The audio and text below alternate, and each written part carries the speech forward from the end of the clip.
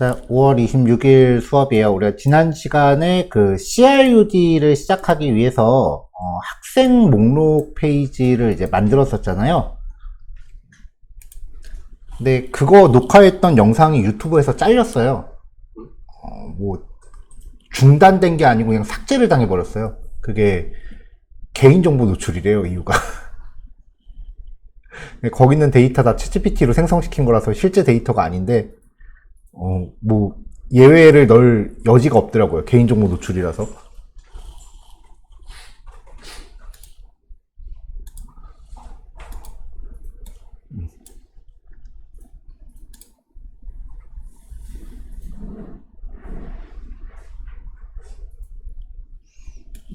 이거거든요.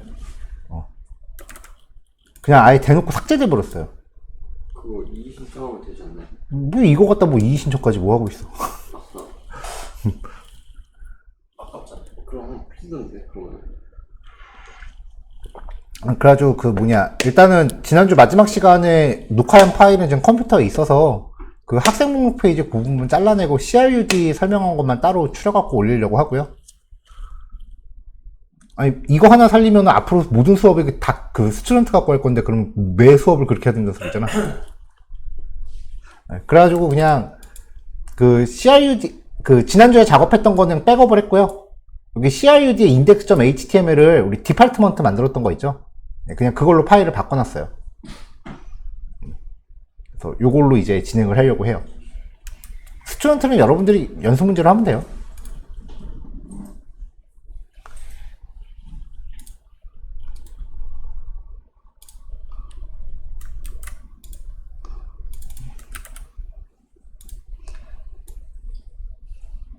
자, 이렇게 해서 이렇게 그냥 그 학과 데이터만 가지고 그 다시 시작을 할게요.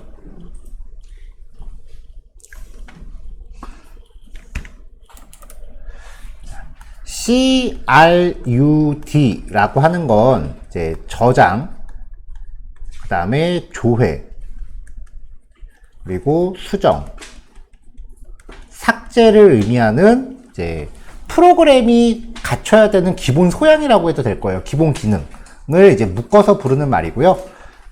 이게 이제 웹 개발에서는 프론트엔드와 백엔드 간에 서로 그 주고받아야 되는 데이터의 교환 규칙을 의미해요. 그래서 저장 같은 경우는 포스트 방식, 조회 같은 경우는 get 방식, 수정은 put 방식, 삭제는 delete 방식이 되는 거고, 이게 백엔드 입장에서는 SQL로 insert, 그 다음에 select, 수정은 update, 삭제는 delete, 이렇게 짝이 되는 거죠. 하나의 백엔드 URL이 프론트가 자기한테 접속했을 때 어떤 접근 방식을 사용하는가에 따라서 작동을 다르게 하는 개념이라고 했어요. 지난주에 우리가 얘기했던 것 중에 가장 그 핵심적인 이론이 요거라고요. 자, 그럼 이제 지난주에 우리가 연습했었던 게 결국은 이 데이터 조회 부분에 몰빵을 한 거였잖아요. 그쵸? 이제 자바스크립트, 여러분들과 제가 자바스크립트에 대해서 이야기하는, 리액트는 별도 과목으로 뺍시다. 어차피 스프링 다음에 할 거니까. 자바스크립트에 대해서 이야기하는 마지막 주제가 이 저장, 수정, 삭제예요. 요거에 대해서 이야기하면 이제 우리는 드디어 백엔드에 들어갈 모든 준비를 마치게 됩니다. 자, 그래서 일단 저장부터 할 건데, 그러면 여기 저장을 할 수 있는 페이지로 이동할 버튼을 먼저 추가하려고 해요.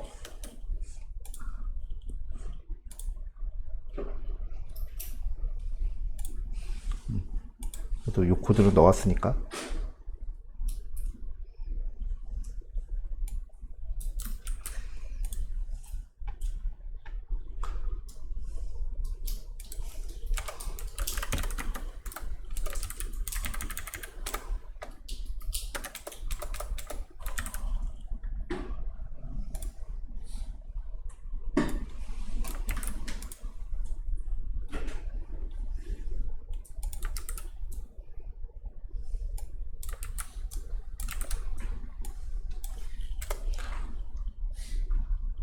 자, 요거는 그냥 지금 바로 할게요. 코드가 얼마 길지 않아서요.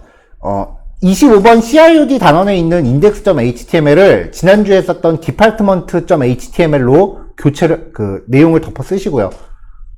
지난주에 스튜던트 했던 거는 갖고 계세요. 이거 끝나면은 그대로 연습 문제 돌릴 거예요. 자, 검색을 위한 폼 태그는 만들어져 있단 말이에요. 이 검색을 위한 폼 태그를 감싸는 div 태그로 컨트롤러 하나 넣고요. 컨트롤러 플렉스 걸어서 양옆으로 찢은 거예요. 그 다음에 버튼스라고 하는 div를 넣어서 작성 페이지로 이동할 수 있는 링크를 하나 걸게요. 코드 길지 않으니까 이건 지금 바로 작성합시다.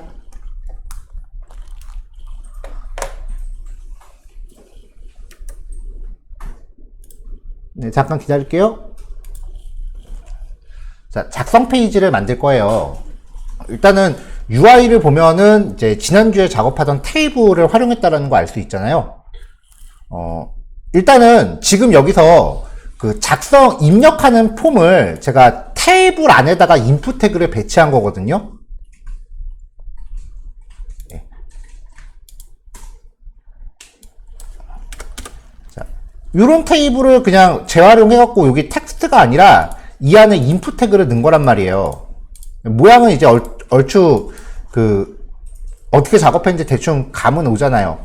근데 미리 말씀드릴 게 인풋 태그를 테이블 안에다 집어넣는 거는 제대로 된 웹 표준이 아니에요. 이거는 이렇게 작업하면 안 돼요, 원래는.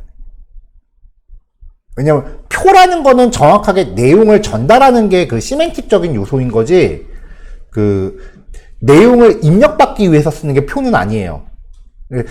어떤 컨텐츠를 이렇게 표 안에 집어넣는 게 되게 옛날 스타일 방법이에요. 2000년도 초반 방법이에요. 근데 여기서 표 안에 인풋 태그를 집어넣은 거는 그냥 UI 짜기가 지금 귀찮아서 그랬을 뿐이에요.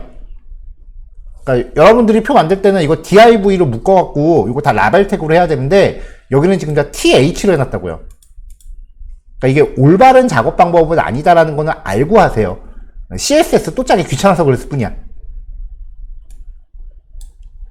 자, 작성한 과정을 보면요, CSS가 좀 들어갔는데 짜다 보니까 좀 폭주를 했어요. 원래 이 예제가 CSS가 이렇게 많이 들어갈 예제가 아닌데.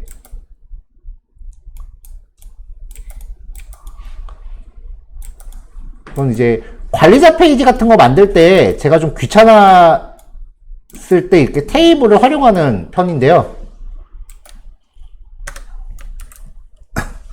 자, 코파일럿 좀 닫아 놓을게요. 아유, 이거 왜 자꾸 켜져?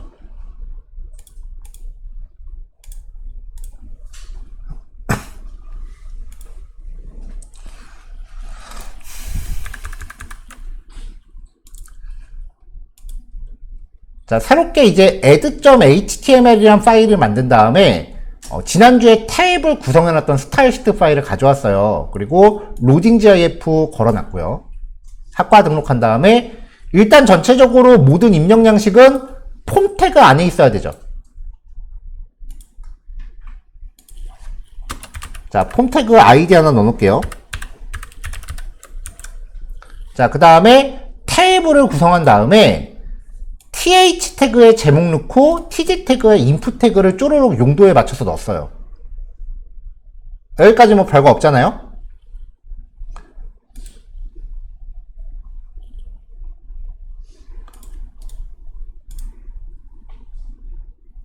자, 이렇게 작업하면은 모양이 이렇게 나오거든요.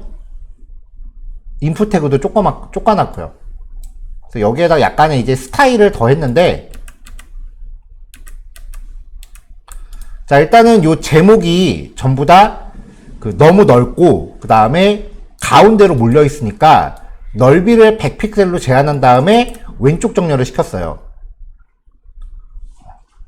그 다음에 지금 요 인풋 태그 보면은 이 td 태그 안에 이미 패딩이 10픽셀만큼 이렇게 걸려 있거든요. 이 기본 테이블 스타일을 안 건드리는 상태에서 인풋 태그를 여기 가득 채울 거예요. 그래서 이 인풋을 감싸는 td한테 포지션 렐라티브 부여해요. 그리고 나서 인풋 태그한테 포지션 앱솔루트 주면은 각각의 TD 태그 기준으로 왼쪽 상단에 붙을 거 아니에요. 이 상태에서 넓이랑 높이를 100%로 채워주면은 이렇게 꽉 차거든요. 자, 근데 지금 여기서 그 약간씩 삐져나가 있는 이유가 패딩하고 마진 같은 게 좀 걸려 있어서 그래요. 일단 패딩 10 정도 부여하고 그 다음에 박스 사이징 보더 박스를 먼저 줘요. 테두리 없애고요. 그럼 이렇게 딱 붙어요.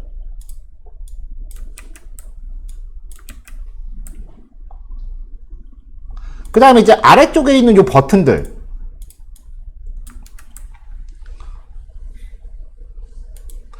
버튼스라는 클래스로 div를 감싼 다음에 플렉스 걸고 가운데 몰고 위아래 그 여백 10픽셀. 자, 그 다음에 요 안에 있는 버튼 패딩, 그 다음에 글자 크기, 커서, 그리고 좌우 마진, 백그라운드, 글자 색깔 이렇게 주고, 테두리 까만 거 마음에 안 들어서 테두리 논, 아니면 0이라고 해도 똑같아요. 그 다음에 보더 라디우스 5픽셀. 그럼 모서리 둥글게 되겠죠? 트랜지션, 배경 색깔에 대해서 0.3초 동안 좀 바뀌게 했는데 마우스 올렸을 때 배경 색깔을 살짝 이렇게 진해지게 했고요. 근데 이렇게 하면 눌렀을 때 별다른 느낌이 안 난단 말이에요. 그래서 마우스로 눌렀을 때 배경 색깔 좀 진하게 하고 트랜스폼으로 스케일을 좀 작게 꾸몄어요. 그러면 눌렀을 때 눌리는 느낌이 난다고요, 이제.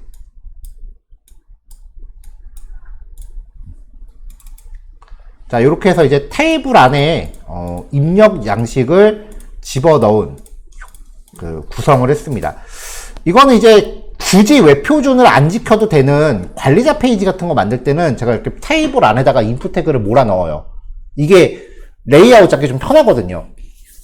근데 실제로 이제 사용자 페이지 같은 경우는 이렇게 짜시면 안 되고 div 중첩으로 짜셔야 돼요. 테이블은 입력 양식을 포함하는 용도가 아니에요.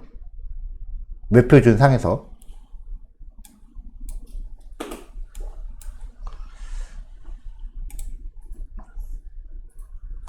자, 일단 이렇게 해서 입력 태그 먼저 좀 준비를 할게요. 지금 빔 프로젝트가 너무 깜빡거려서 더 켜놓기가 조금 애매하네.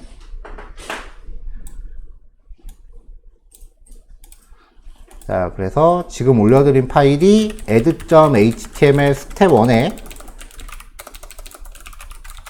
.png입니다. 그래서 폼 태그 먼저 좀 준비합시다. 이거 싫으면 그냥 요것만 할게요.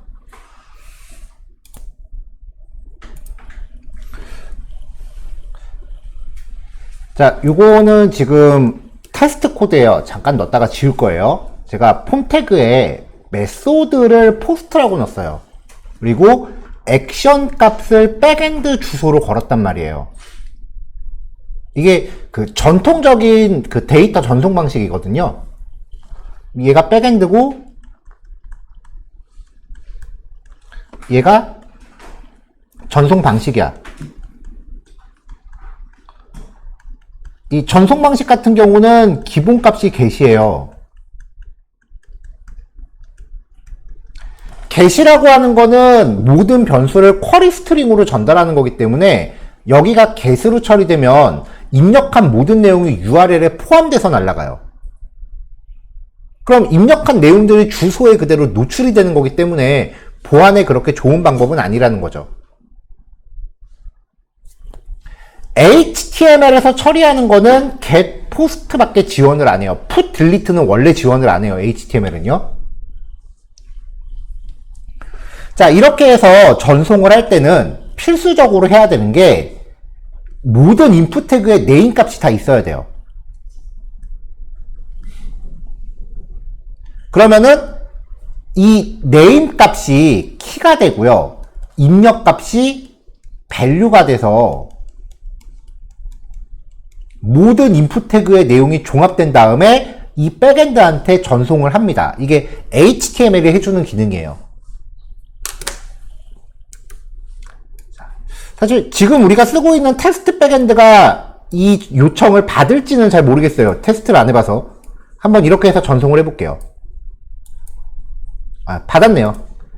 자, 그럼 여기 백엔드 보면은 HTTP 포스트로 접속이 됐다. 이렇게 이제 응답이 떨어지고 있죠. 로그가 남고 있죠. 그 다음에 이제 개발자 도구로 이 페이지를 열어보면 새로 고침을 다시 한번 하긴 해야 되는데, get 방식 같은 경우는 새로 고침을 해도 별다른 영향이 없는데요. 포스트 방식, put 방식, delete 방식은요, 새로 고침을 하면 여기 또 안 나오네. 왜 가끔 브라우저에 그런 거 있어요. 데이터를 다시 전송하겠습니까? 라고 물어보는 경우들이 있어요. 이렇게 알림창이 한 번씩 나오게 돼 있어요. 자, URL의 입력값이 노출되지 않는다 뿐이지, 개발자 도구에서 네트워크 탭으로 들어간 다음에 페이로드라는 곳을 보면은 전송값 그대로 다 나와요. 그러니까 웹상에서 뭔가 입력하는 내용이 보안적으로 뭔가 보호될 거라는 기대는 하지 마세요. 원래 다 오픈돼 있어요. 이 전송값을 암호화 시켜서 전송을 하려면, 저번에도 얘기했지만 URL이 HTTP가 아니라 HTTPS로 시작을 해야 돼요. 이게 보안 프로토콜이라 그래서 이렇게 전송되는 모든 내용을 암호화해서 이제 전송을 하는 방식이거든요. 근데 이 HTTPS는 저번 주에도 이 얘기 제가 했어요. 프론트에서 할 수 있는 게 아니고요. 백엔드에 인증서를 설치를 해야 돼요. 근데 이 인증서가 유료예요. 돈이 적지 않게 나가요. 더군다나 영구 구매가 아니라 이게 1년에 한 번씩 갱신을 해야 되는 거고요. 물론 무료로 쓸 수 있는 인증서도 있긴 하거든요. 대신에 3개월에 한 번씩 이 인증서를 내가 갱신하는 작업을 매번 해줘야 돼. 수동으로. 그게 조금 버겨워요. 레츠 인크립트인가 하는 그 인증서가 있는데, 윈도우에서 그거 썼다라는 말은 제가 못 들어봤고요. 안 되진 않을 거야. 대부분 이제 리눅스나 맥에서 명령어로 이제 설치하는 건데, 운영체제 쪽 이슈이기 때문에 웹 개발하면서 이것까지 다루기에는 좀 너무 범주가 넓어져서, 이거를 다룰지 여부는 제가 잘 모르겠어요. 왜냐면 일단 기본적으로 리눅스 명령어를 겁나 쳐야 돼.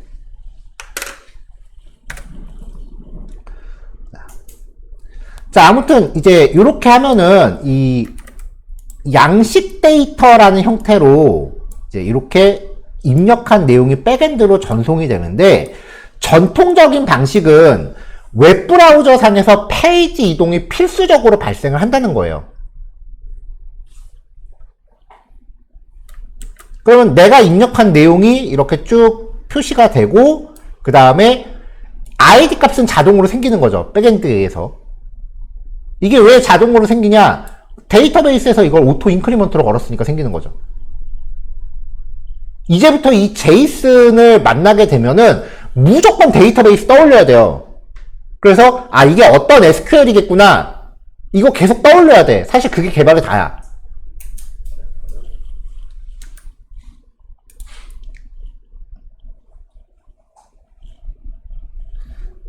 AJAX는 이렇게 페이지 이동이 발생하는 게 아니라 페이지 이동 없이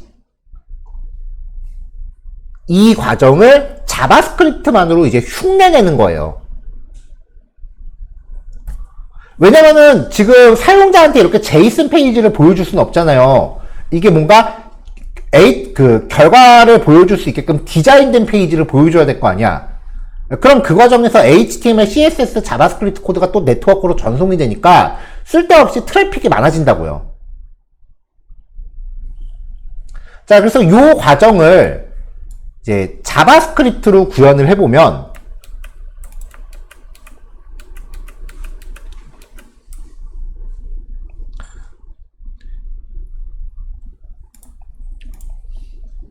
일단은 서브 및 이벤트 걸어야겠죠? 로딩 바를 겁니다. 그 다음에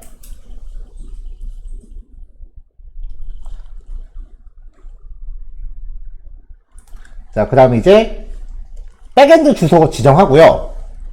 2점 커런트 타겟이 지금 폼에 대한 서브 및 이벤트니까 폼 태그 자신이잖아요. 자, 이 폼 태그를 자바스크립트 클래스 new 폼 데이터라는 클래스한테 전달하면은 그 HTML이 해주는 거를 자바스크립트 객체로 생성할 수 있어요. 자, 이걸 패치 API한테 거는데, 자, 옵션 들어가요. 메소드 포스트 걸고요. 그 다음에 body라는 옵션에다가 폼 데이터를 걸어주면은 HTML이 해주는 걸 페이지 이동 없이 자바스크립트로 해요.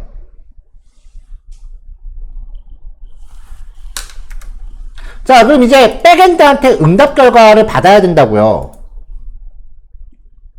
내가 엑셀을 닫았네. 자, 이건 제가 따로 갖고 있던 표인데 뭐 이거 다 기억할 필요는 없고요. 자, HTTP 상태 코드입니다. 이 표는 인터넷 검색해도 쉽게 나오고 GPT한테 물어봐도 바로바로 나와요. 이건 뭐 어차피 그 국제적인 공통 코드이기 때문에.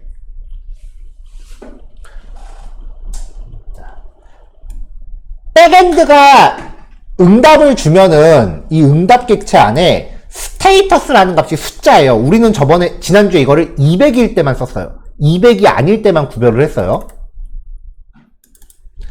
자, 대체로 200이라는 게 요청이 성공적으로 처리됐다. 성공. 이거거든요. 근데 이제 백엔드 종류에 따라서 이 성공이라는 응답 코드를 200번대로 여러 개로 나눠주는 애들이 가끔 있어요. 예컨대 지금 포스트 방식 같은 경우는 데이터를 저장하는 거잖아요. 그래서 포스트 방식으로 저장하면은 201번 응답 코드를 줘요. 자, 요청이 들어왔는데 처리가 완료되지 않았으면은 202번이 들어오고, 응답했는데 실행은 됐는데 백엔드가 제이슨을 아무것도 출력을 안 해주는 거야. 그러면 204번 데이터를 줘요. 근데 이게 일반적이진 않거든요. 제가 알고 있기로 스프링 같은 경우는 그냥 무조건 200만 줘요. 근데 지금 만든 백엔드가 Node.js로 만든 건데 나는 분명히 이런 코드 넣은 적이 없는데 지가 알아서 지금 201번을 주고 있어. 어쨌건 200번대일 때는 성공했다는 뜻이에요. 100번대 같은 경우는 뭐 이거는 지금 계속 진행하라는 의미인 건데 이것도 뭐 정상 상태는 아니고요. 300번대 같은 경우는 임시로 다른 페이지로 이동했다라는 거예요. 그러니까 주소를 다른 걸 쳐야 되는 거지. 다음에 이제 400번대는 잘못된 요청, 401번은 인증이 필요하다, 403번은 접근 권한 없음, 404는 알죠? 405번은 허용되지 않은 HTTP 메소드를 사용했다. getPost, put, delete 중에 백엔드가 뭔가 지원을 안 하는, 허용하지 않는 방법이 있는 거예요. 어떤 백엔드 주소는 특정 메소드만 지정되어 있는 경우가 있어요. 451 같은 경우는 이거 우리나라에만 있어요. 전 세계에서 우리나라에만 있어.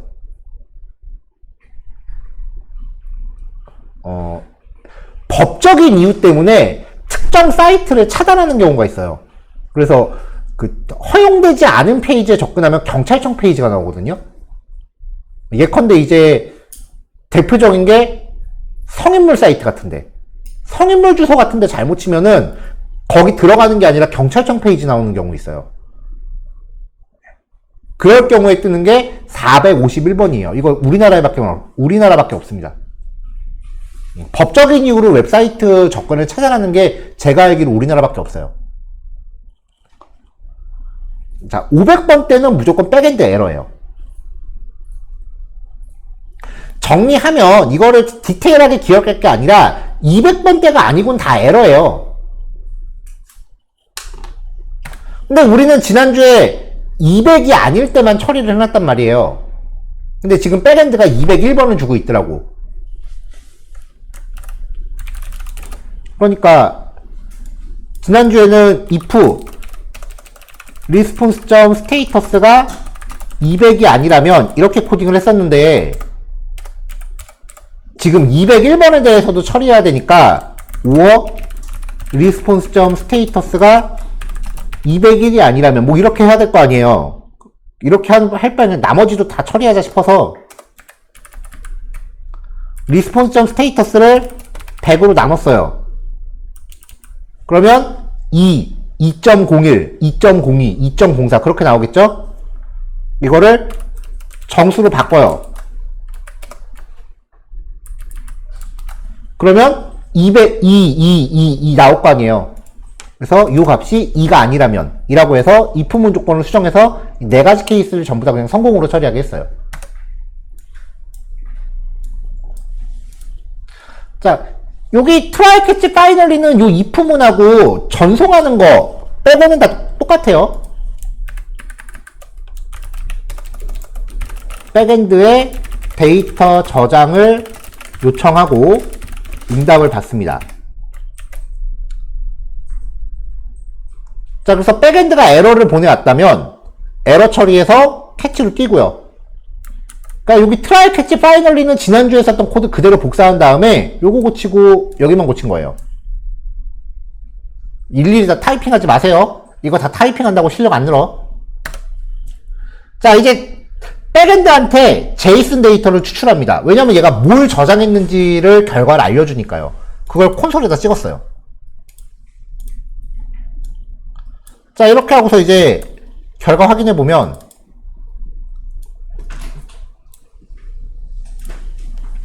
자, 프론트엔드 뭐 사회과학관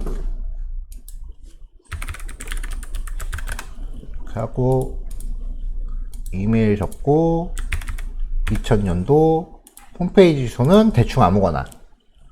자, 이렇게 하고 등록을 하면 로딩바 잠깐 나왔죠? 이제 콘솔에 보면은 백엔드가 이런 데이터를 저장했다 라고 해서 517번 데이터가 저장됐다 라고 지금 보이는 거예요.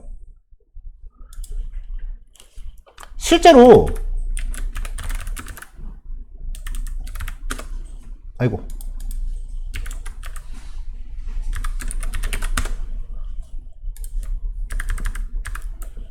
자, 여기 저장해보면은 제가 좀 전에 저장한 데이터가 들어있어요. 뭐야, 왜 하나씩 값이 밀려있지? 테스트 학과 위치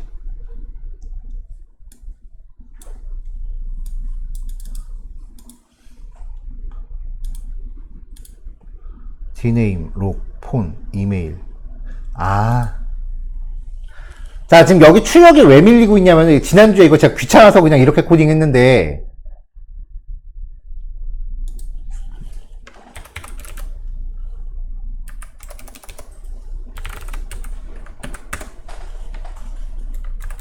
지난주에 데이터 출력할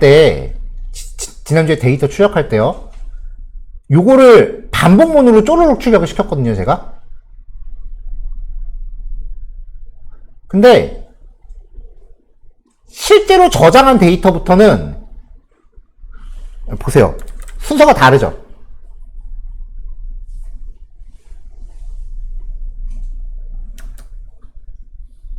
지금 순서가 다르게 오기 때문에 반복문으로 처리하면 얘가 제일 먼저 돼버리잖아요.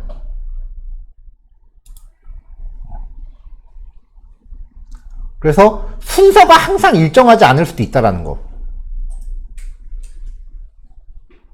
실제로 이거 우리가 스프링 만들 때도 마찬가지예요. 왜냐면은 제이슨은 자바에서 맵 객체로 그 처리가 되는데 맵은 원래 데이터 특성 자체가 순서 없는 데이터예요.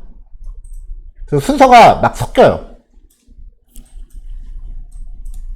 그래서 여기 인덱스 구현할 때 물론 자바 맵 같은 경우는 순서를 그 키 이름을 알파벳 순서로 정렬시킬 수는 있어요.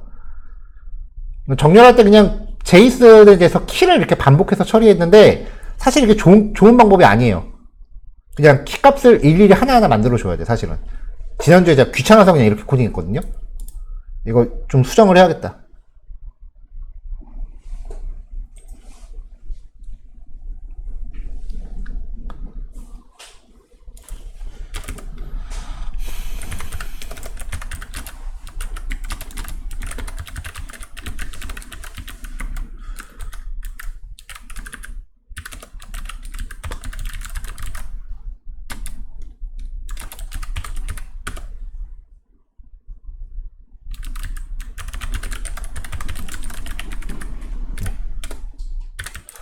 그래서 이 부분이 좀 귀찮아요. id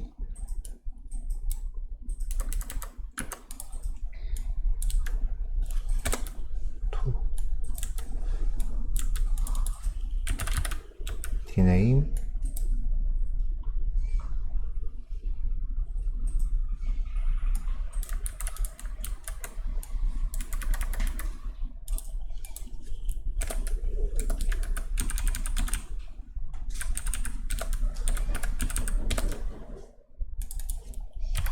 록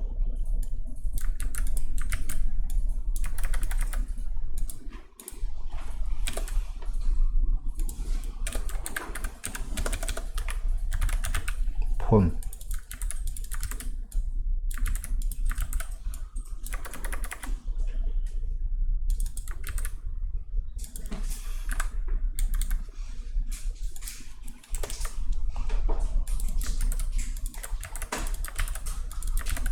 이메일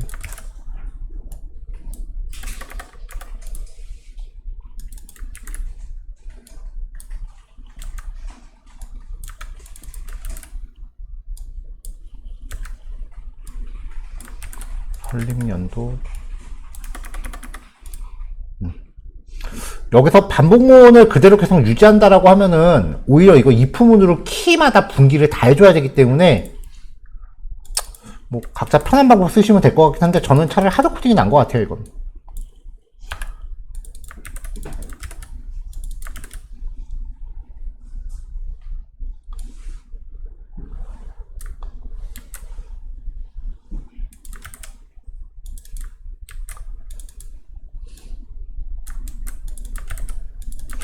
홈페이지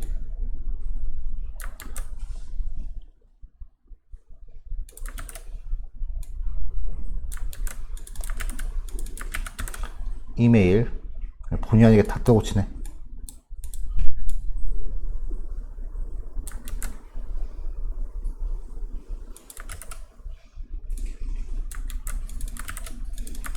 폰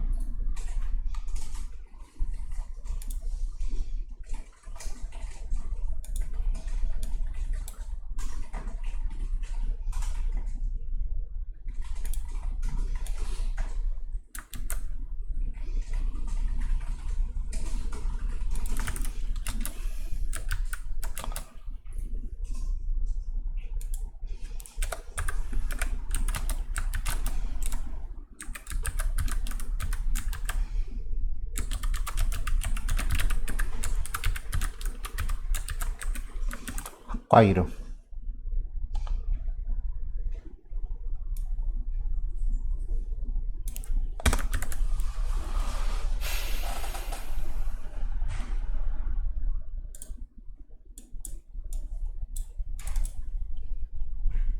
네, 그럼 이제 맞게 나오죠?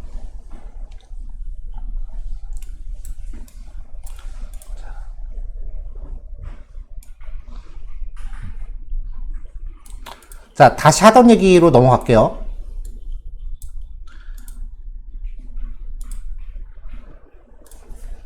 자,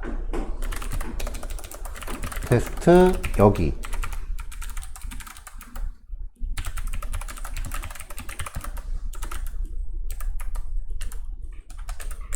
자, 이렇게 해서 등록을 하면 성공을 했단 말이에요. 그러면 이제 목록 페이지에서 다시 새로 고침을 하면 조금 전에 저장한 테스트 데이터가 518번으로 등록이 돼 있단 말이에요. 근데 지금 여기 계속 머물러 있잖아요. 누르고 이러면 똑같은 데이터가 계속해서 중복으로 들어가겠죠.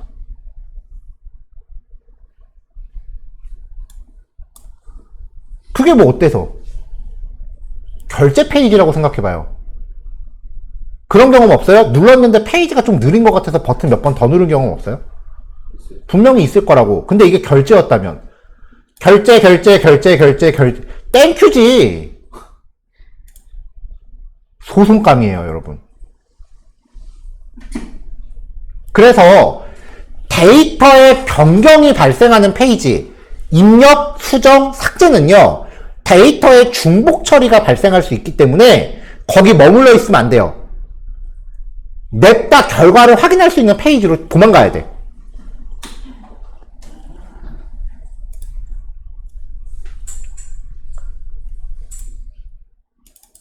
뭔가 프로그램적으로 중복 처리를 막을 수 있는 방법이 있을 수도 있겠지만 제 경험상 보통은 이럴 때 페이지를 딴 데로 이동시켜 버리는 게 빨라요. 한번 여러분들 웹사이트 한번 곰곰이 생각해 보세요. 회원가입 같은 거 했다. 가입하기 버튼 누르면 거기 가만히 있어요? 페이지 넘어가면서 뭐 회원가입해 주셔서 감사합니다 이렇게 나올 거고, 쇼핑몰에서 뭔가 주문한다고 해도 결제하기 누르면은 주문 결과 페이지로 넘어간다고요. 여러분들이 아는 그 어느 사이트도 데이터 수정이 발생하는 페이지에서 거기에 머물러 있지 않을 거야.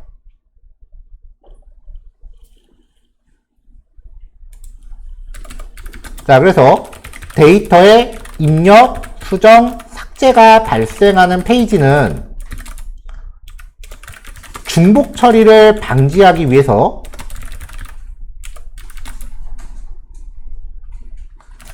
결과를 확인할 수 있는 페이지로 이동해야 합니다. 근데 이제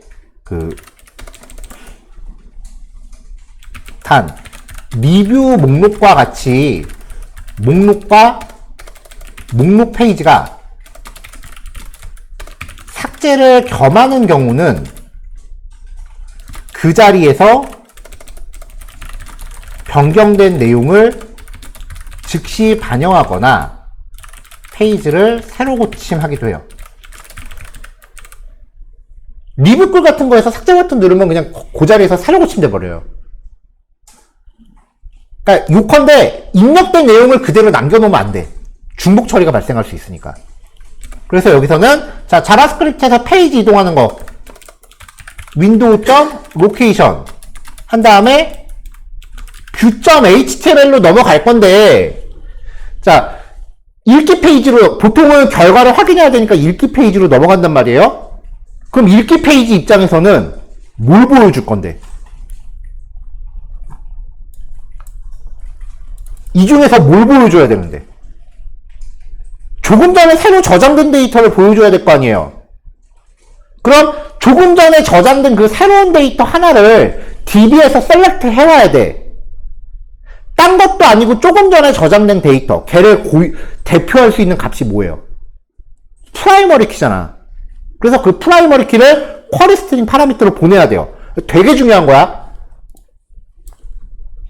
상세 페이지, 수정 페이지, 삭제 페이지로 이동할 때는 뭘 수정할지, 뭘 조회할지, 뭘 삭제할지를 쿼리 스트링으로 URL에 실어서 보내야 돼요.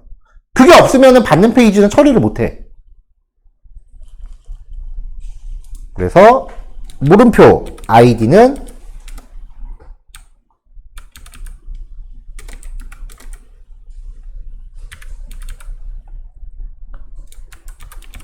result.id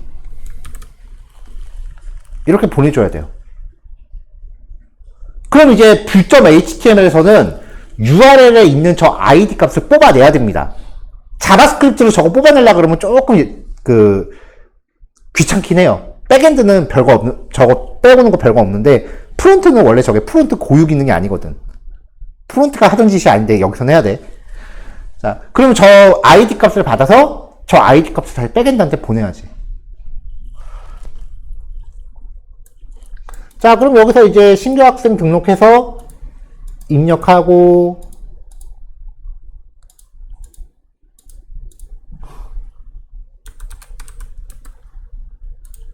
여기서 입력하면 이제 view.html로 이동을 한단 말이에요. 근데 우리가 지금 view.html을 안 만들었죠? 그러면 view.html을 찾을 수 없다라고 나오겠지. 근데 여기 보니까 id 값이 undefined가 들어갔네? 지금 저도 잘못 넣었네요. 그치? result.item.id지.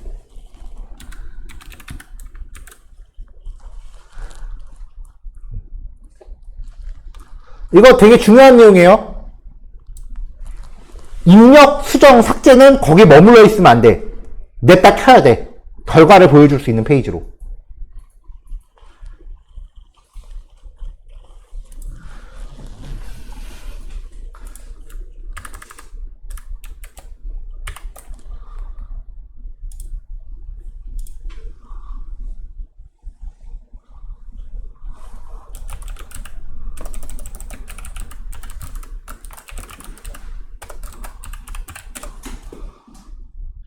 자, index.html도 여기 출력하는 부분 제가 좀 고쳐버렸으니까 이것도 새로 배포할게요.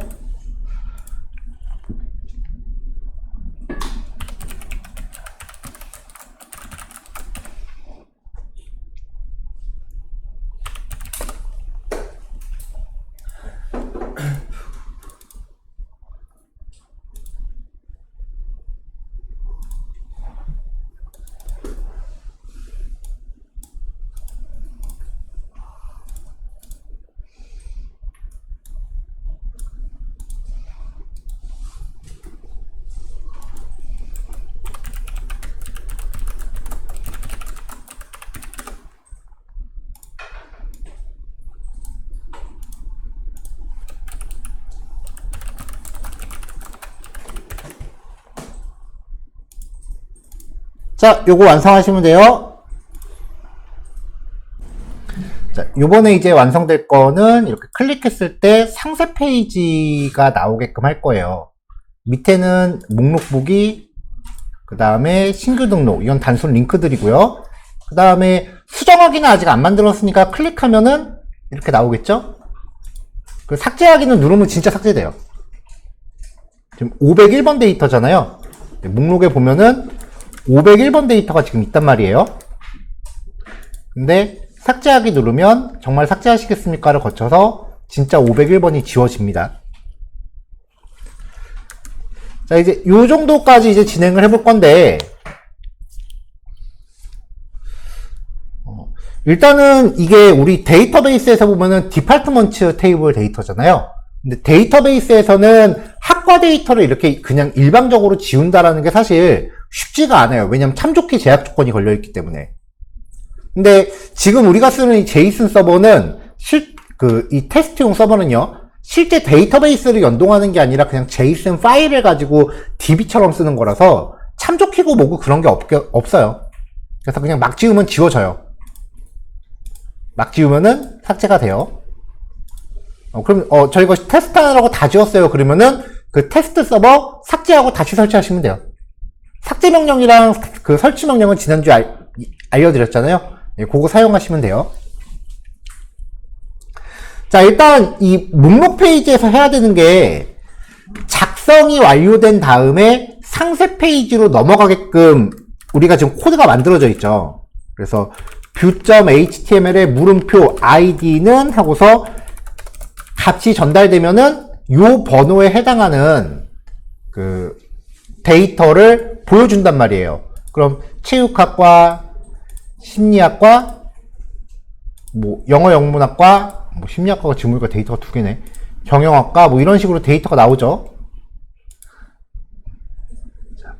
학과별로 HTML 페이지를 다 만드는 게 아니라고요. 그냥 하나가 다 커버하는 거라고요. 근데 일단은 상세 페이지라고 하는 거는 목록에서 이렇게 이름을 클릭했을 때 상세 페이지로 넘어갈 수 있어야 되잖아요. 그래서 이거부터 일단 넣을 거예요. 그리고 또 하나, 우리가 지금 사용하고 있는 백엔드의 파라미터 기능을 또 하나 알려드릴게요.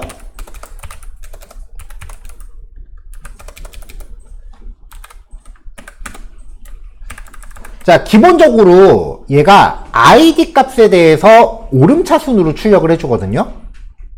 근데 얘한테 쿼리 스트링 파라미터를 줘요.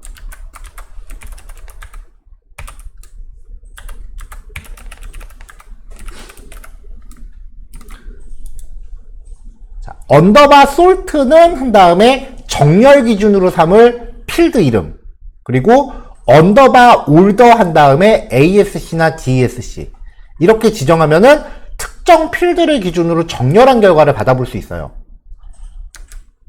백엔드에 그냥 이런 기능이 구현이 돼 있는 거지 모든 백엔드가 이렇다는 건 아니에요. 파라미터, 그러니까 이 쿼리 스트링 값을 어떻게 받아들이냐는 백엔드 개발자가 정하기 나름이에요. 그러니까 지금 이 백엔드에서 지금 쓰고 있는 규칙이 절대적인 거 아닙니다. 나중에 여러분들이 직접 백엔드 만들면 그때는 그 규칙들을 여러분들이 정하셔야 돼요. 자, 그러니까 이제 목록에서 데이터 요청할 때 우리가 저번에 이렇게 검색어가 있을 때만 검색어 쿼리 스트링을 덧붙이게 했는데 검색어와 상관없이 id 필드로 역순 정렬이라고 하면은 이제 목록을 출력했을 때 역순으로 표시된 내용을 볼 수 있는 거죠. 자, 요거 하나 추가했고요. 자, 두 번째. 학과 이름을 클릭했을 때 상세 페이지로 넘어가야 되잖아요. 그래서 기존에는 이렇게 학과의 이름을 검색어에 따라서 이렇게 텍스트만 넣게끔 했는데 이거를 수정을 좀 한 거예요. 일단 dname이라는 변수에 검색어가 없으면 학과 이름만 넣고 그렇지 않으면 마크 태그로 감싼 거를 변수에 담아놓고 이 변수를 a 태그로 감쌌어요. 포인트는 view.html로 가면서 물음표 찍고 쿼리 스트링 변수를 보내고 있다는 거죠. 요게 포인트야, 요게.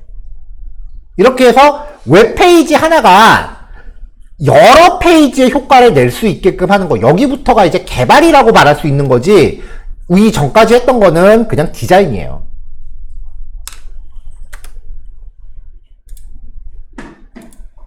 그래서 프론트엔드하고 퍼블리싱의 가장 큰 차이는 데이터를 다루느냐 안 다루냐예요. 자, 이렇게 해서 이제 링크 출력되는 거 보면 이 링크 안에 이렇게 주소들이 쪼르륵 잡혀 있는 거죠. 주소가 이렇게 모든 링크에 대해서 이렇게 잡혀 있는 거죠. 자, 원래는 여기까지만 하고 끝내려고 그랬는데 쭉 보다 보니까 이게 좀 눈에 걸렸어요. 이게 좀 마음에 안 들더라고요. 자, 이게 왜 발생했냐면은 지금 홈페이지 같은 경우는 널 데이터인 것들이 몇 개 있어요. 값이 없는, 홈페이지가 없는 데이터들이 몇 개 있다고요. 사실상 모든 학과가 홈페이지를 갖고 있지 않을 수도 있잖아요.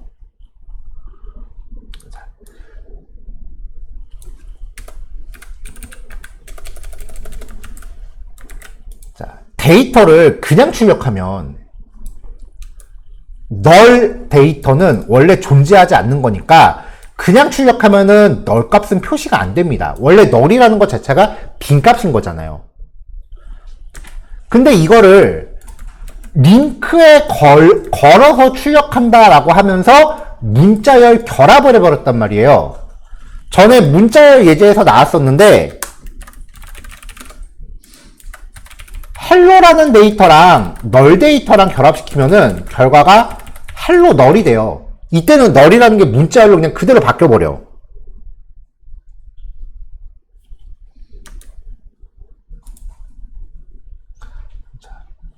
그러니까 이렇게 문자열 결합하는 애들이 값이 널일 수도 있다면 널이 아닐 때만 결합을 하게끔 해줘야 되는 거죠.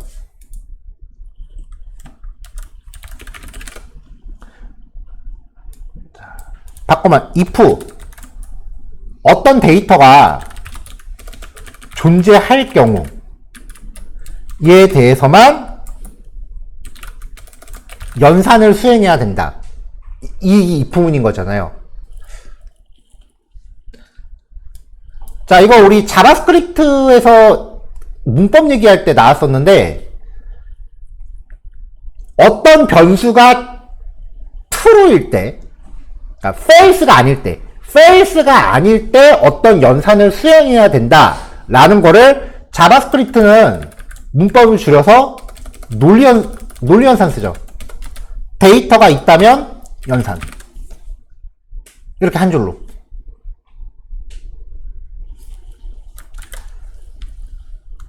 자, true, and 결과는 true인 경우는 뒤에 있는 게 true면은 결과 true고 거짓이면은 결과 거짓이잖아요. 그러니까 and 연산은 앞에 게 참이면 무조건 뒤에 걸 봐야 돼. 그래야 결과가 확실해져. 근데 false라면 뒤에 게 뭐가 오건 상관이 없어. 어차피 결과는 무조건 false야. and는 전체가 참일 때만 결과가 참이라 그랬잖아요. 그래서 이렇게 처리하면은 앞에 게 false면 실제로 컴파일러가 뒤에 걸 안 봐요. 그래서 결과가 그냥 false가 돼버려. 근데 앞에 게 true면은 뒤에 거에 따라 결과가 확정되는 거기 때문에 결국 결과값이 뒤에 게 된다고요. 그래서 앞에 이렇게 덧붙이면은 연락처가 있을 때만 요거 없음 페일스, 이메일이 있을 때만 이거 없음 페일스, 홈페이지가 있을 때만 이거. 이렇게 처리하면은 아까 비어있던 널이라고 표시된 것들이 싹 사라집니다. 자바스크립트가 이런 식의 표현식이 제가 아는 프로그래밍 언어 범주 안에서 가장 많아요. 자, 기억날 거라고 믿을게요. 저는 자바스크립트 문법할 때 얘기한 거니까. 자, 이렇게 해서 이제 목록 페이지 수정을 한 번 더 진행을 하고요.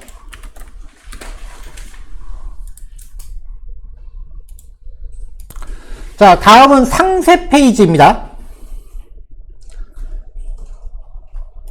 상세 페이지 UI도 뭐 따르게 또 새롭게 만들기 좀 번거로워서 그냥 아까 작성 페이지의 내용을 그대로 본땄어요. 대신에 요 안에 인풋 태그가 들어있진 않겠죠. 폼 태그도 폼 태그도 없을 거고요. 자, 그래서 이제 마이 테이블 CSS에서 TH는 똑같이 들어갔는데 TD 쪽은 얼라인 레프트만 걸었고 요 안에 인풋 관련된 거 없어졌고요. 버튼스는 여기서는 버튼 태그가 아니고 A 태그예요. 버튼스라고 하는 div 안에 맨 밑에 링크를 4개 넣었어요. 그리고 테이블 태그를 감싸고 있던 폼 태그가 빠졌습니다. 왜냐면 여기 입력 폼이 없으니까요. td 태그 안에는 AJAX로 받아온 결과값을 출력해 줘야 되니까 전부 다 id 값을 이렇게 하나씩 넣어놨어요. 그래야 여기다가 이제 뭔가 결과 받아서 출력하겠죠. 자바스크립트 기능은 3단계로 나눴습니다. 그리고 목록 보기랑 신규 등록은 단순 링크인데 수정하기 하고 삭제하기는 주소를 안 걸었어요. 왜냐면 이 페이지의 주소가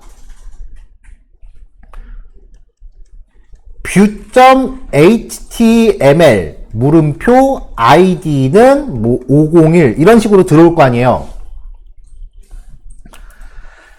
HTML 파일이 이제 실행이 될 때 실행 순서가 HTML 태그가 먼저 실행되고요. 그 다음 CSS가 실행되고 그 다음 자바스크립트가 실행돼요. 자바스크립트는 밑에다 코딩했잖아. 그 다음에 쿼리 스트링 값은 오로지 자바스크립트밖에 접근을 못해요. 그러니까 자바스크립트가 작동을 하면서 이 쿼리 스트링 값을 추출한 다음에 다시 HTML, 즉 여기다가 주소를 걸어줘야 돼요. 그래야 ID 값을 적용해서 주소를 걸 수 있어.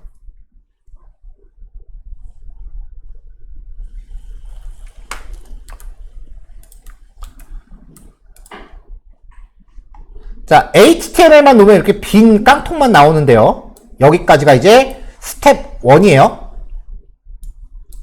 네, 스텝 1 안에 적당히 스타일 좀 놓고요. 그리고 태그 구성하고 그리고 스크립트 어떤 거 들어갈지 세 덩어리만 쪼개놨습니다.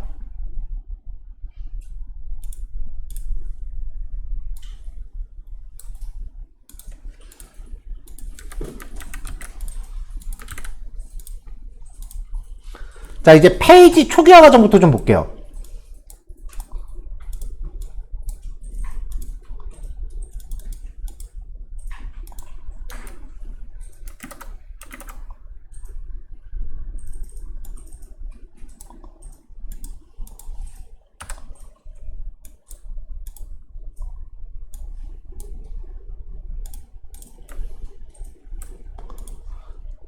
자, 개발자 도구를 열어놓고 콘솔에 찍히는 거를 보여드릴게요.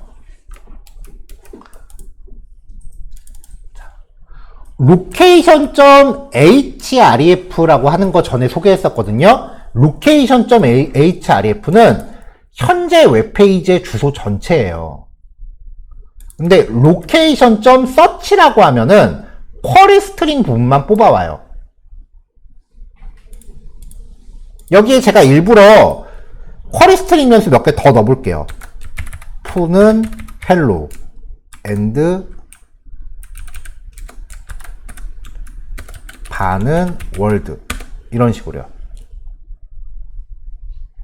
물음표부터 시작하는 요 문자열 전체를 이제 쿼리 스트링 혹은 서치 파라미터라고 불러요. 자, 이 쿼리 스트링 값을 new URL 서치 파람스한테 던져주면은 객체화 됩니다. 뭐 실제로는 그냥 물음표만 걷어내는 거라고 보셔도 되는데, 이 서치 파람스한테 객체화된 거죠. console.log 서치 파람스.get 이라고 하면서 파라미터 이름을 딱 주면은 거기에 해당하는 값만 리턴하거든요. 이렇게 사용해도 되긴 하는데, 객체 타입으로 쓴다라는 것 자체가 그냥 제 개인적으로 마음에 안 들었어요. 그래서 이거를 object.promEntris라는 스테이팅 메서드한테 이 객체를 던져주면은 그 getter 형식으로 접근하는 객체에 대해서 제이슨으로 바꿔줘요. 제이슨으로. 그냥 요 파람스 객체만 출력해주면 이렇게 제이슨 객체거든요. 이거를 문자열 결합 형태로 출력을 하면은 오브젝트 이렇게밖에 안 나와. 객체니까 얘는. JSON.stringify라고 하는 메서드는요, 제이슨 객체를 그냥 순수한 문자열로 바꿔줘요. 실제로 뭐 프로그램 만들 때 쓸 일은 아니고 그냥 이렇게 기능 디버깅 할 때 씁니다. 값이 어떻게 변해가는지 눈으로 확인하면서 만들어야 돼. 안 그러면은 그냥 짐작해서 코딩하는 거잖아요. 가장 정확한 거는 내 눈으로 확인하고 거기에 맞춰 만드는 거예요. 원리를 몰라도 눈에 보이는 현상에 집중하시면 된다고요. 자, 이렇게 해서 파라미터를 접근을 했고요. 자, 그럼 이제 이걸 기반으로 해서 id 값이 있어야 이 id에 부합하는 데이터를 이제 요청할 거 아니에요. 그러니까 파라미터 id가 없으면 정상적인 경로로 접근하세요 라고 해서 history.back을 먼저 시도를 해요. 근데 history.back이라는 거는 뒤로 가기 버튼이 활성화돼 있을 때만 작동하는 거거든요. 그러니까 브라우저를 직접 열어서 주소를 직접 입력해버리면 뒤로 가기 버튼이 활성화가 안 돼 있으니까 그때는 얘가 좀 애매해진다고요. 그래서 history.back이 결과가 없으면 그냥 강제로 목록 페이지로 보냈어요. 이렇게 해서 목록 페이지로 강제로 보내버렸어요. 자, 이렇게 해서 이제 마지막으로 params.id를 출력을 해봐서 맨 마지막에 id 값 503이라고 잘 가져왔군. 이제 요걸 가지고 백엔드한테 데이터를 요청하자고요. 자, 근데 페이지 열림과 동시에 자동으로 가져와야 될 거 아니에요, 그 데이터가. 자, 요것도 부분 좀 지울게요.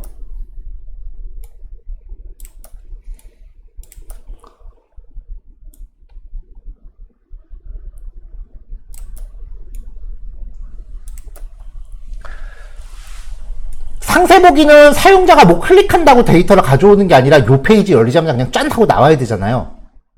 그래서 즉시 실행 함수를 구현합니다. 페이지 열리자마자 작동하는 거면 그냥 이렇게 쭉 코딩하면 되는데 AJAX는 반드시 async 함수 안에서 동작해야 돼. 절대 규칙이야. 그러니까 async가 적용된 함수를 만들어야 되는데 이것도 직접 호출하기 귀찮으니까 그냥 즉시 실행 함수로 묶어버린 거예요. 자, 로딩만 먼저 표시하고 그 다음에 백엔드 주소 만듭니다. 패스 파라미터. 대부분 프라이머리 키 값은 백엔드 규격에 의해서 패스 파라미터로 전송을 해요. 어떤 백엔드는 프라이머리 키 값도 쿼리 스트링으로 받는 백엔드들도 있어요. 백엔드 개발자 맘이야. 자, 그럼 이제 요거를 AJAX 요청해야죠. AJAX 요청 코드는 겟방식이니까 패치에다가 URL만 걸면 되고 나머지 과정은 똑같아요.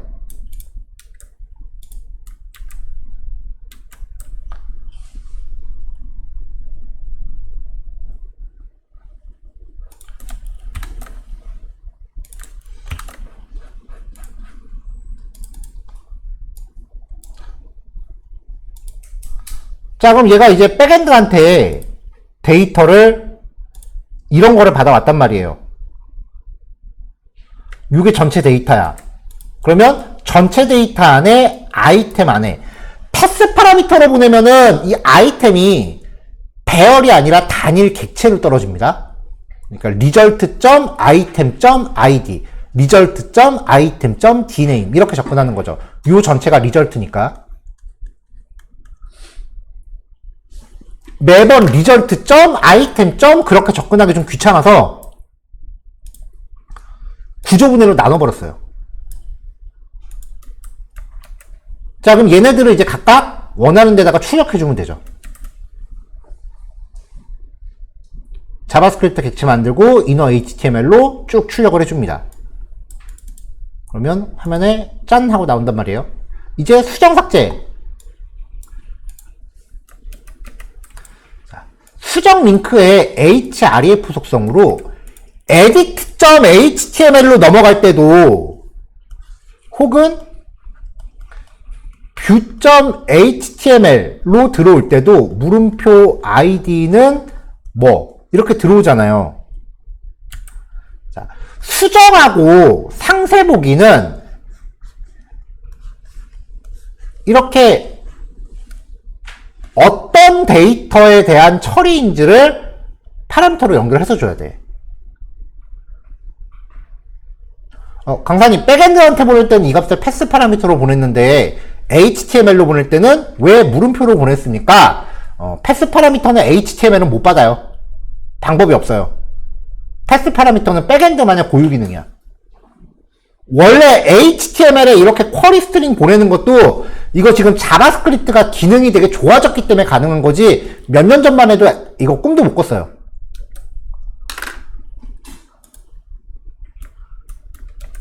자, 그 다음 삭제 링크예요. 삭제 링크한테 데이터셋으로 삭제 버튼 눌렀을 때 뭘 지울지 알려줘야 되잖아요. 그래서 삭제할 대상의 id 값과 삭제할 대상의 이름을 데이터셋으로 넣었어요.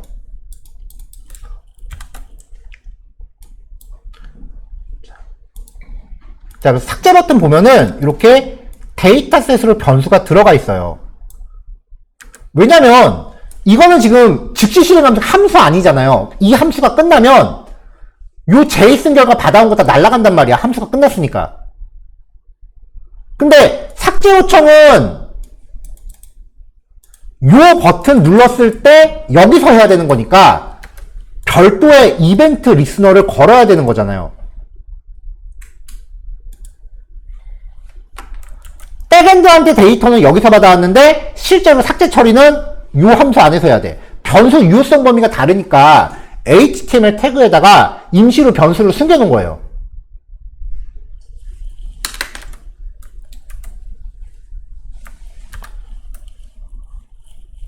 자, 이제 삭제 버튼을 클릭합니다. 요 클릭한 거죠?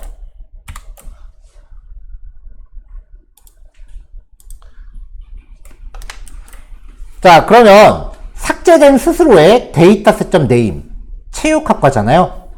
일단 사용자한테 물어봐. 정말 체육학과를 삭제하시겠습니까? 라고 물어봐요. 아니오를 누르면 처리 중단. 그래서 이거 눌렀을 때 확인을 눌러야만 요 if문을 지나가는 거죠. 취소 누르면 그냥 쫑이에요.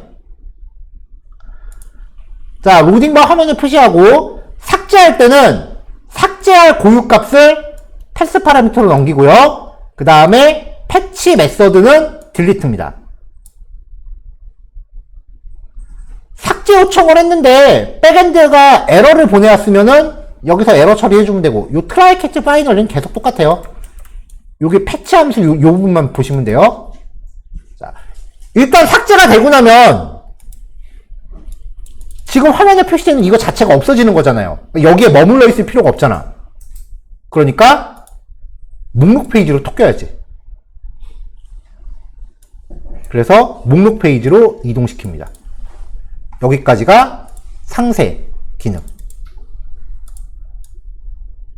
자, 그래서 얘가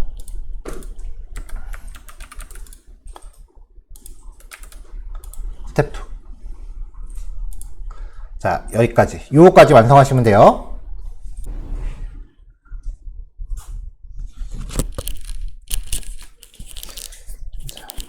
자, 조금 전에 이제 수정이 작동하는 시연 한번 보여드렸었는데, 다시 수정 페이지로 들어가면은, 일단 기본적으로 화면 UI는요, 수정 페이지의 특징이 이거예요. 화면 UI는 add.html하고 거의 비슷해요. 사실 똑같아요. 작성 페이지랑 똑같고요. 그 다음에 수정하러 들어가면 먼저 기본적으로 기존에 작성되어 있던 내용이 세팅이 돼 있어야 되잖아요. 그러니까 기본 그 프로그램 자바스크립트 기능은 read.html하고 똑같아요. 아, read가 아니고 뷰구나. view.html하고 똑같아요. 그러니까 이 두 가지 기능이 병합된 상태에서 초기화가 되고요. 그 다음에 이제 수정 버튼 눌렀을 때의 그 백엔드 연동 처리가 플러스 알파로 들어가요. 수정이 할 게 제일 많아요. 그래서 개인적으로 저도 뭐 만들려고 그러면 수정을 제일 마지막에 만들어요.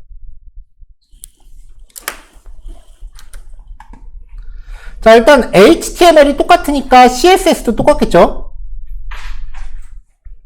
자, 그래서 스타일 시트 그 상세 페이지에 있던 거 똑같이 가져왔고요. 그 다음에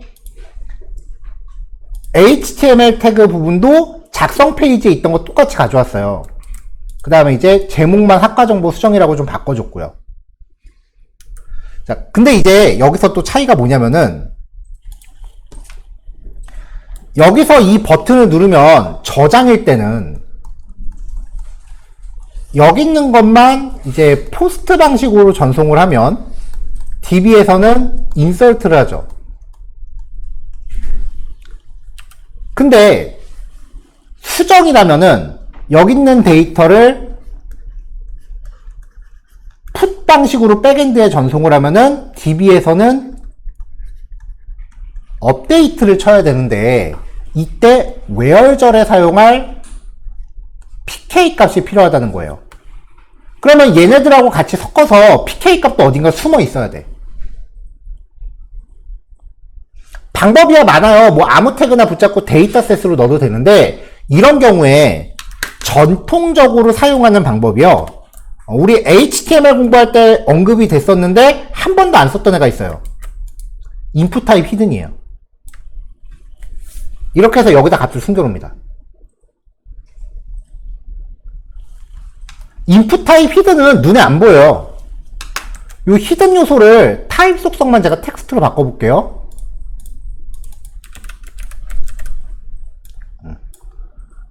이렇게 이제 학과번호 같이 있는 거예요. 저장 버튼 누르면 요만큼 이제 백엔드에 전송이 되는 건데, 이거 학과번호를 계속 노출시킬 수는 없잖아요. 이건 사용자가 고치면 안 되는 값이니까. 그래서 이런 요소를 인풋 타입 히든으로 숨겨놓는 거예요. 자, 그래서 이제 edit.html의 스텝 1 단계가 일단 add.html 코드 똑같이 복사해서 가져오세요 라는 거고요. 그 다음에 스텝 2 단계가 인풋 타입 히든을 집어 넣은 거예요.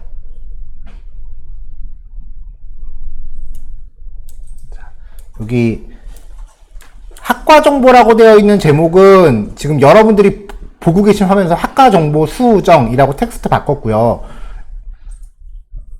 이런 텍스트 같은 경우는 스크린샷 안 들어가도 적당히 바꾸세요. 자, 그 다음에 페이지가 짠 하고 열리면 일단 기존에 있던 페이지가 기존에 저장되어 있던 데이터가 그대로 나와야 되잖아요. 그래서 여기 1단계랑 2단계까지는 read.html하고 똑같아요.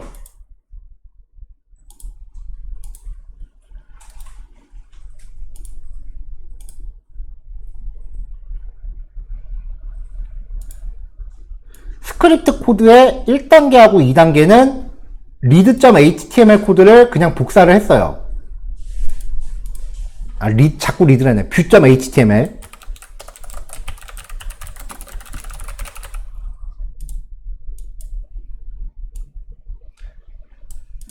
근데 약간의 차이가 생기는 게 뭐냐면 아까 view.html은 백엔드한테 데이터 받아온 다음에 수정 페이지에 대한 링크 이동이랑 삭제 링크를 만들어줬는데 지금 수정 페이지에서는 그런 버튼이 없거든요. 그러니까 요만큼의 코드가 필요 없는 거죠. 그래서 이 코드를 뺀 거예요.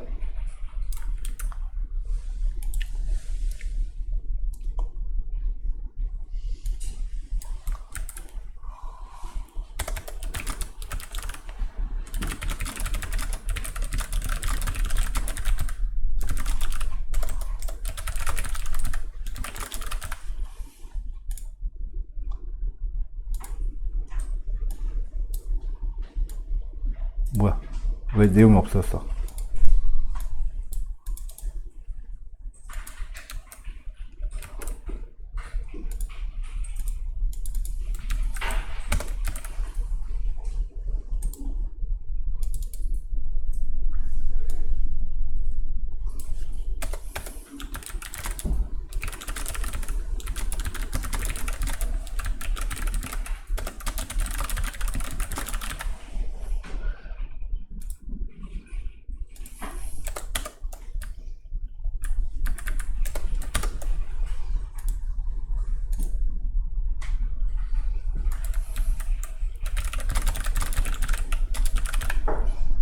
짧게 적어야겠다. 길게 안 들어간다.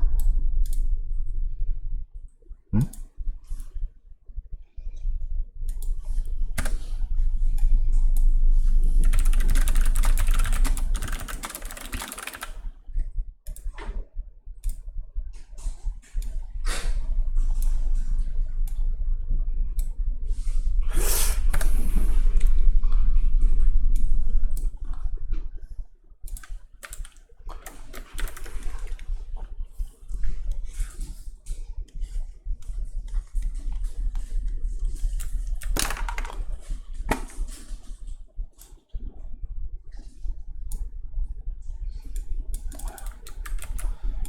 편집하려고 그랬더니 쉽지가 않네.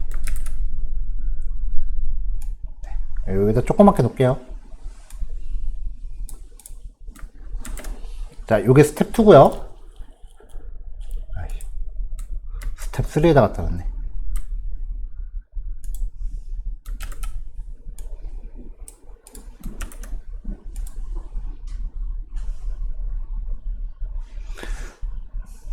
자, 그 다음에 아까 view.html에서는 단순히 테이블 태그에다 출력하는 거니까 inner html로 출력을 했어요. 근데 이번에는 input 태그에다 출력을 하는 거예요. input 태그에 값 집어넣을 때는 inner html이 아니고 뭐였죠? value잖아요. 일부러 이 작성 페이지에서의 지금 상세 페이지에서 출력하는 요 ID 부분이랑 작성 페이지에서 사용했었던 input 태그의 ID 값을 다 똑같이 맞춰놨거든요. 일부러. 그래서 이번에는 여기다 inner html을 value로 다 고쳐야 돼요. 그래야 input 태그에 세팅이 되죠. 자, 여기까지는 그냥 코드 복사하고 조금만 수정하면 됩니다. 자, 그 다음에 이제 폼에서 서브밋 이벤트가 발생되면은 로딩바 뿌리고 그 다음에 where 전에 사용할 id 값을 패스 파라미터로 붙여요. 그러니까 이 백엔드 규칙이 where 전에 쓸 프라이머리 키 값은 무조건 패스 파라미터로 붙이겠다가 큰 규칙이에요. 그럼 이제 2.current 타겟은 폼 자체고 폼 객체를 통해서 접근할 때는 input 태그의 name 속성 값을 바로 쓸 수 있다고 했었어요. 폼 객체 접근하는 방법 두 가지였죠. 그래서 name 속성이 id인 요소에 value 값을 URL로 삼고요. 그 다음에 폼 태그 안에 있는 모든 입력 값을 객체로 만들어요. 이미 id 값은 URL에 붙였으니까 수정할 데이터에서 빼도 되잖아요. 그래서 폼 데이터에서 id 필드를 지웠어요. 뭐 굳이 안 지워도 되긴 합니다. 그러고 나서 이제 요거를 풋 방식으로 요청합니다.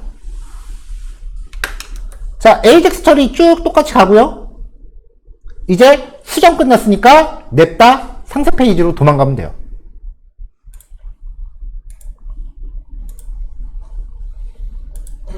자, 이렇게 해서 이제 기능을 테스트 해보면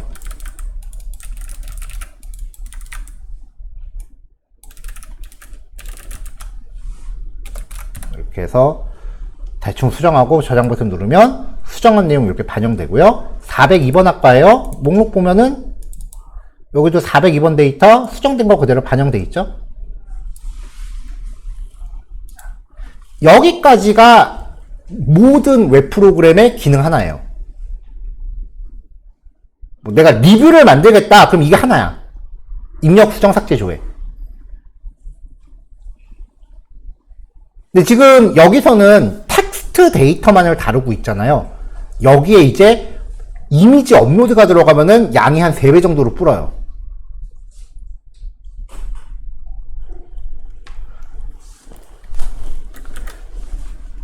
글 수정을 할 때 만약에 이미지가 들어있으면 일단 경우의 수가 이미지 내리기. 처음에 이미지를 등록했는데 이미지를 내릴 수도 있죠. 이미지만 내리고 싶을 때도 있을 거 아니야. 이미지 바꾸기가 있죠. 이미지가 올라갔는데 마음에 안 드니까 다른 사진으로 바꿀 수도 있잖아. 애당초 처음에 글을 쓸 때 사진을 업로드를 안 했어. 그러면 나중에 이미지를 추가하고 싶을 수도 있잖아요. 그래서 이미지 추가하기. 경우의 수가 3개가 나와요. 그래서 파일 첨부가 들어가면 이제 작업량이 3배로 뛰어요.